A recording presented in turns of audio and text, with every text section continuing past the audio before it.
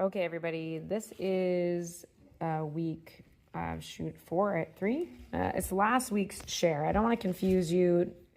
This is late because I don't know what happened to the video. So this is last week's share. This is purslane. This is the couple share. Purslane is really nice. You can chop up the whole stem. You can cook it like you'd cook a broccoli or any other green, but also you can eat it fresh. It's like my potato chip replacement. The leaves are really tender and juicy and slightly lemon, but just nice, really refreshing thing to eat.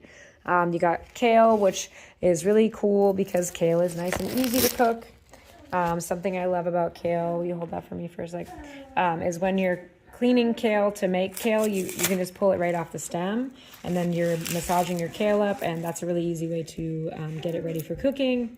And you can make little kale chips that way. Simple, you don't have to have a knife, you don't have to work hard. And then this is the orak, which is your red and green, and it's very much like cook it like spinach. It's really easy to use, and it's full of nutrients because you got these extra antioxidant supports there. Green garlic, you'll peel those outer layers off, and then you can just basically chop up this garlic, the whole thing. You don't have to make the cloves come out or anything. Like, think green onion, but garlic version. You're getting a lot of garlic flavor, and you can use that almost midway stalk before it gets too stemmy. A couple heads of lettuce, which are really easy to use in salad, and then some scarlet ono turnips. All of the greens are edible. Hopefully you got to those greens. Sorry, this is late again. And then rainbow chard, which I love to chop up all the stems first and use the stems, and then consider the greens almost like a separate thing. They're just such different flavors. I think the stems taste like corn. Try one fresh and send me a message if you think it also tastes like corn on the cob. And then you've got really great greens that are nice and very good chlorophyll flavor, very greens flavor. And then our mustard greens, the frilly mustard is really great for just a nice bit of spiciness. You can add this to your omelets or like potato dishes, really, to add that little bit of spice. Tatsoi, I hate to say this to you, but it better be your favorite vegetable because you're going to probably get tatsoi for like 2 more weeks.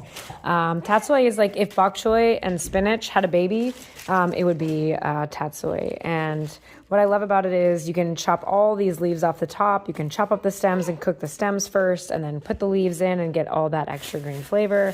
I don't know that I need to tell you much about arugula, but peppery, delicious. Make yourself a pizza, top it with arugula. These beets are a French heirloom beet, and what I love about these beets is you really don't have to like peel them first. They're fresh when we harvest them. We harvest them and get them right to you, so you can actually just grate these on a cheese grater and put them into a salad. We like to do apple and beet salad. You can chop up the whole stems.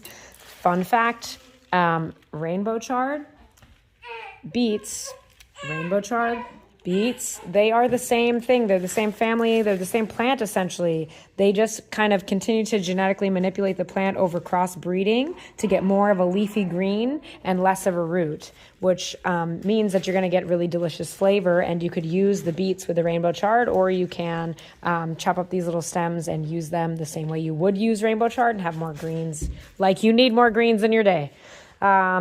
This is the abundance of this week's harvest, and I hope you enjoy everything. And if you have any questions, let me know. I love that you guys are so patient, and I'm sorry I didn't get this out the right way. I'm still working on how to use YouTube as a farmer.